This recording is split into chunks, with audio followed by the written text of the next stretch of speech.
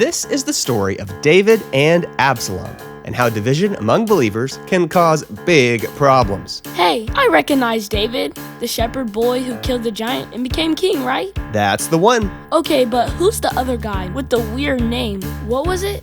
Absalom? Like, he does a bunch of sit-ups and has a lot of abs? No, it's Absalom. Has a block. Swing and a miss. Okay, say Sa, Lom. Law. There you go. Okay, so who's this Absalom guy? Well, he was one of David's sons. King David had several sons, and one of them is this guy, Absalom. Aw, that's nice. I bet his kids were all awesome and perfect. Not exactly. You see, he pretty much incited a rebellion against his dad and divided the whole kingdom. Yikes! That's not good. Why'd he do that? Well, Absalom wanted to do things his way, telling people they should follow and put their trust in him. He was kind of like a slimy politician, shaking hands and kissing babies, and a lot of people listened to Absalom, and so he declared himself king, started a rebellion.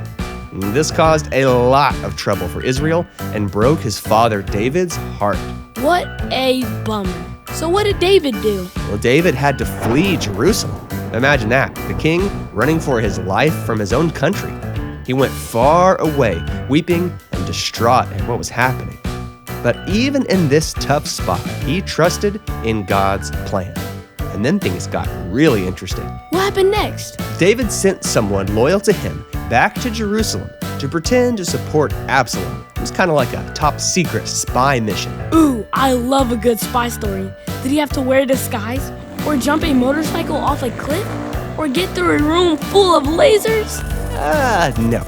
Remember, this story happened a long time ago? They didn't have lasers back then. I don't know. Have you seen some of the cuts on the Great Pyramid stones? Doesn't look like Bronze Age tools to me. Just saying. Anyway, David's plan worked, and he had time to come up with a strategy. Eventually, his forces battled Absalom's rebellion soldiers, and everything was made right, but not after lots of hardship.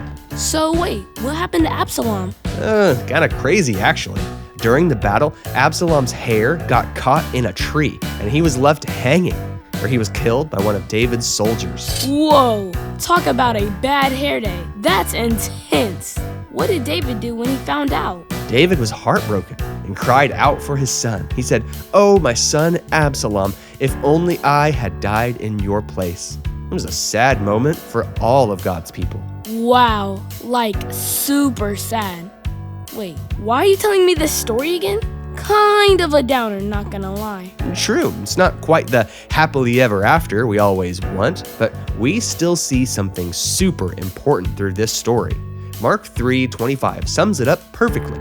A house divided cannot stand. Yep, that makes sense. The kingdom of Israel, being divided and full of rebellion, caused some seriously hard times for God's people. So we should always be on guard against division and stay united around following God together. Totally agree. Together is always better. Couldn't have said it better myself. Also, maybe try to avoid bad hair days. Also true. No bad hair days, no division among believers. Ready, break.